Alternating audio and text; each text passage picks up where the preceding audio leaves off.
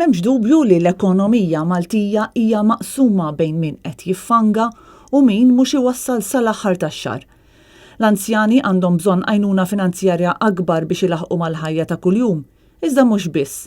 Anke l-klassi medja qed bagħti u għandha bżonn l-għajnuna. L-editorjal tal-Malta Independent jitkellem dwar qasma qawwija u evidenti fil-pagi għal xogħlijiet differenti, bħal pereżempju bejn min jaħdem fil-gaming u min huwa għallim jew infermier. Żbilanċ li l-editorjal jgħid qed jagħmilha diffiċli għal dawn tal-aħħar anke meta wieħed iqis iż-żidiet fi prezzijiet ta' affarijiet bażiċi bħal ħalib, il-ħobż, il-fuel u naturalment il-prezzijiet tal-proprjetà. L-editorjal jgħid li din is-sitwazzjoni qed twassal biex ħafna impjegati f'dawn ix-xogħlijiet qed jitilqu kif ukoll għal tnaqqis f'dawk li qed jidħlu għal dawn l-istess karrieri fejn għandna problemi kbar kemm fil-qasam tas-saħħa kif ukoll fl-edukazzjoni.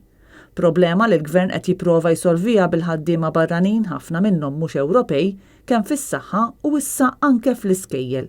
Dwar il-proprjetà l-editorjal jgħid li l-Gvern ma jistax jkompli ħalli lil ftit żviluppaturi li għaddejjin romblu fuq il-pajjiż ħieħ biex ikomplu għaddejjin kif sejrin. Kritika wkoll il-fatt li Joseph Muscat naqas milli jżomm il-wedit li ilu jagħmel is-snin, jiġifieri li jagħti priorità lill-ambjent.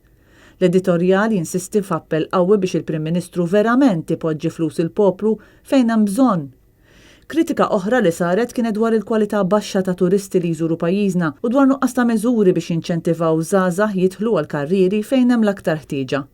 L-editorjal jagħlaq billi jgħid li minkejja li ilna snin nisimgħu li l-ekonomija sejra tajjeb, l-istat preżenti ta' Malta żgur li mhuwiex stat tajjeb.